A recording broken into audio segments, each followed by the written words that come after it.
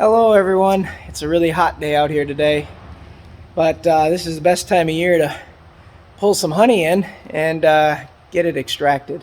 So I'm going to take you along as Tabitha and I go out there and do it. I probably won't be doing much talking, but we're going to pull a super off. Hopefully it weighs about 25-30 pounds. We'll bring it in and get some honey for the farm. Starting with, I'm lighting up some charcoal. I'm going to get the puffer going. Got a little bit of smoke bags there. Put those little smoke tubey things in there.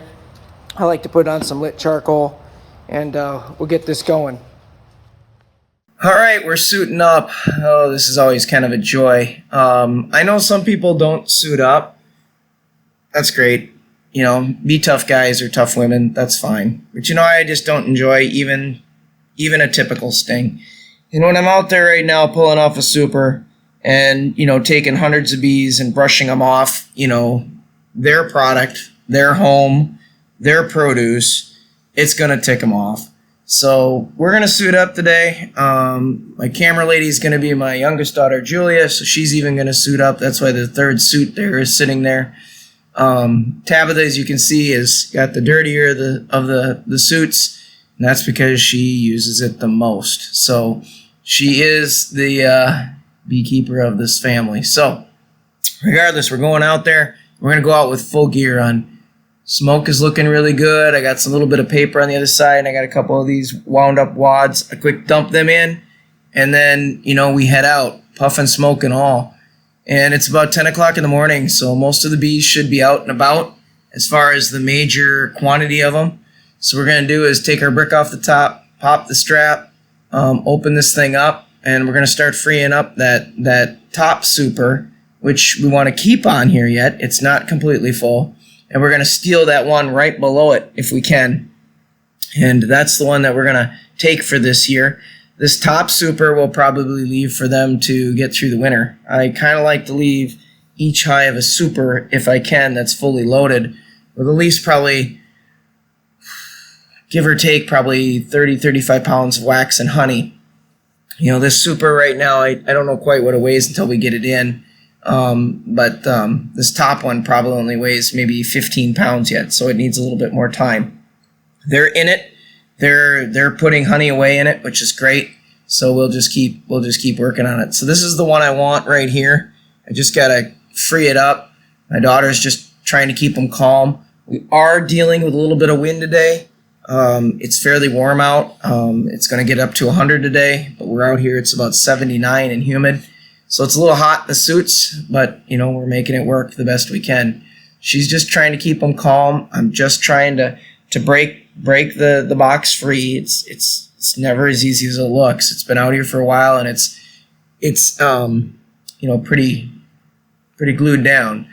This particular hive we call the solar hive. It sits under our first solar panel down towards the apple orchard.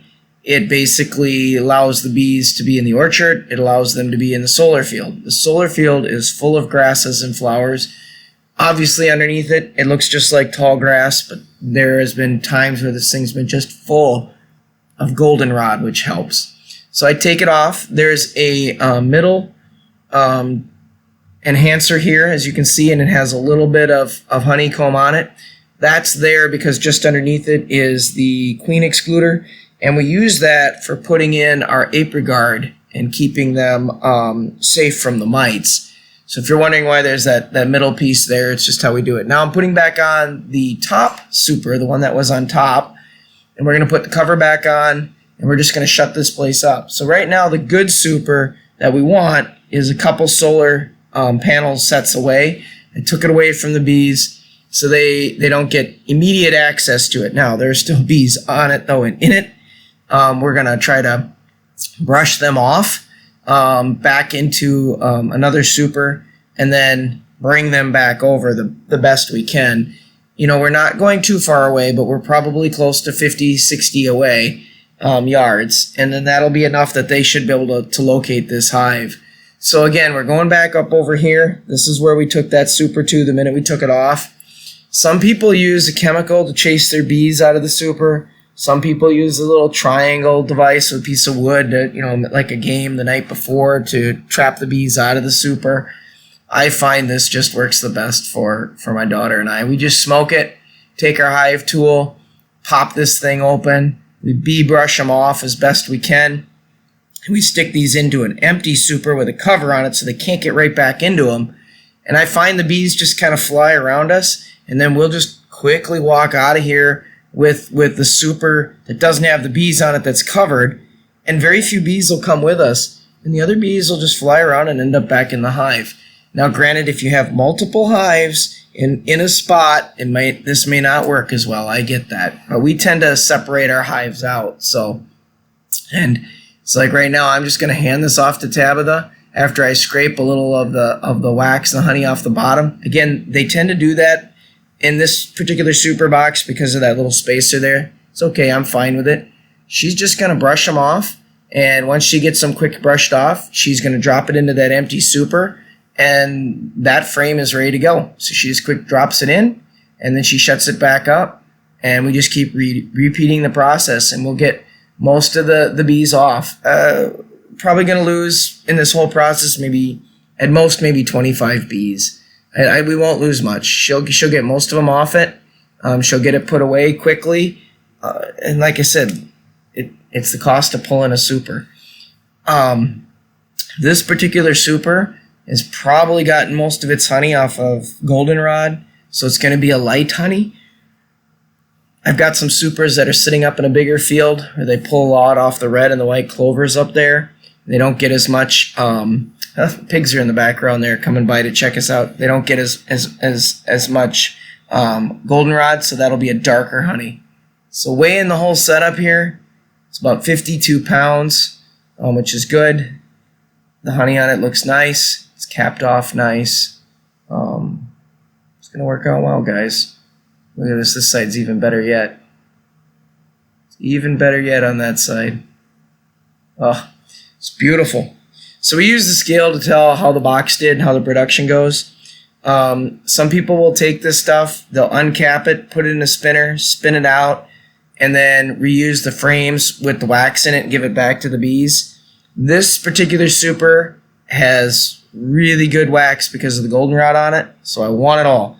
So I'm just going to use the decapper, and I'm gonna strip each frame. I'm gonna strip 5 frames at a time. It's a 10-frame box, so I'm gonna strip 5, and then I'm gonna run it, and then I'm gonna strip 5 and run it again. I get fantastic wax, which I'd love to say I could sell, but at this point my daughter needs it for her candles and her own personal 4-H supply of stuff for the farm, so we don't get to sell any wax yet. But all the honey will still come out of this. It'll look absolutely gorgeous. It'll work beautiful. It really does a nice job. So right now you can see I'm just shearing it off. It works absolutely perfect. I'll do 5 of these in here, and it'll go just great. I would say this Manolake machine will probably run, I'm going to say 5 to 6 hours to get it all nicely out, the honey, and get the, well, it's obviously it's a decapper, so get the cappings dry.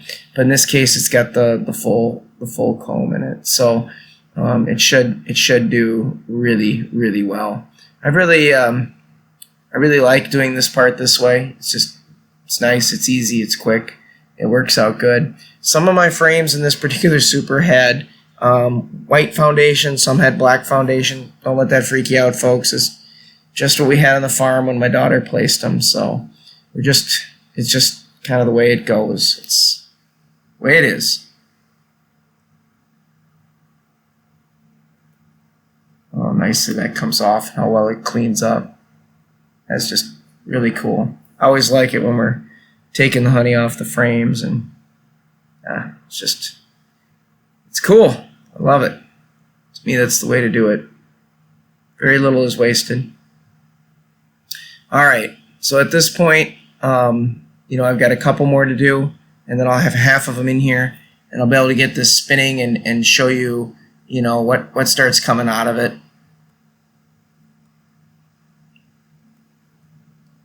So here we go with it. It's up and running.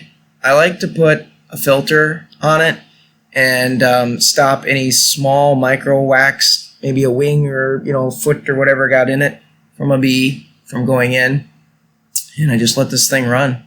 It just goes and goes. I do about 5-6 hours a batch. It's in there spinning away. Like I said, this is going to be a honey that was composed of a lot of goldenrod. So I'm going to take off the cover here for a minute so you can see it. It's almost done. It's spun all the honey out of it. You can see it's a little tacky, but not bad. It's beautiful yellow wax. This is why I take this super and I save it for wax, folks. It's just, it's that nice. It's the best I can tell you. Looks great. So she'll make that into a couple candles. I wish there was more of it. But remember, this is half of the super. It's not all of it. So that's what it looks like. It's a gallon pail there, full of wax from half the super. So we'll get 2 of these out of this super. All right, on to the next step. The next step, after I got that all done, is figuring out how much honey was in there. And I can tell you I did my math.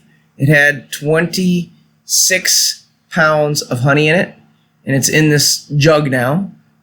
This is a 5-gallon pail. It's not full all the way, so it's probably got about 4 gallons in it. And I am getting ready to heat it up for my daughter. And I put a belly strap on the bucket, and I make sure it's nice and warm. I like to bring the honey up to about 100 degrees. And when it's 100 degrees, I let her jar it up. It's pretty much that simple. So it has 2 springs in the back. It's got a thermostat in the front, and you plug it in. It's really kind of idiot proof.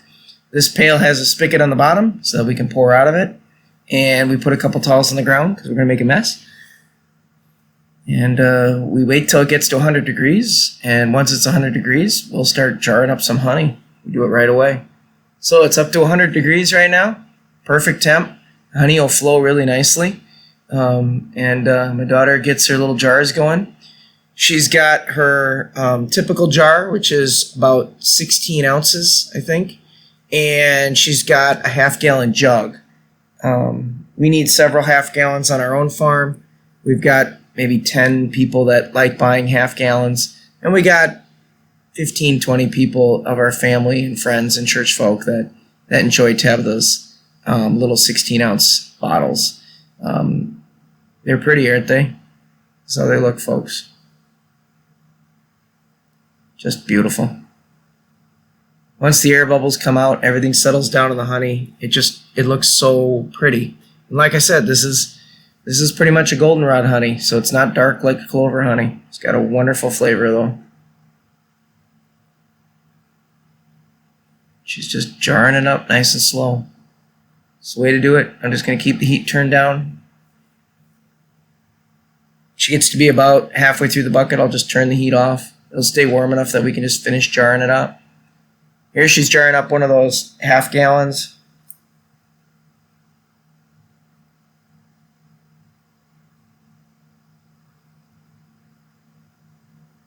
She's doing a good job.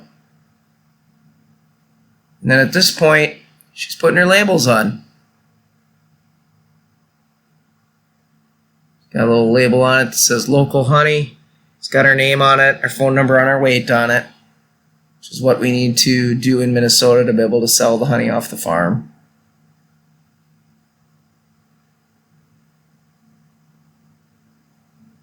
Oh, pretty stuff, isn't it, folks?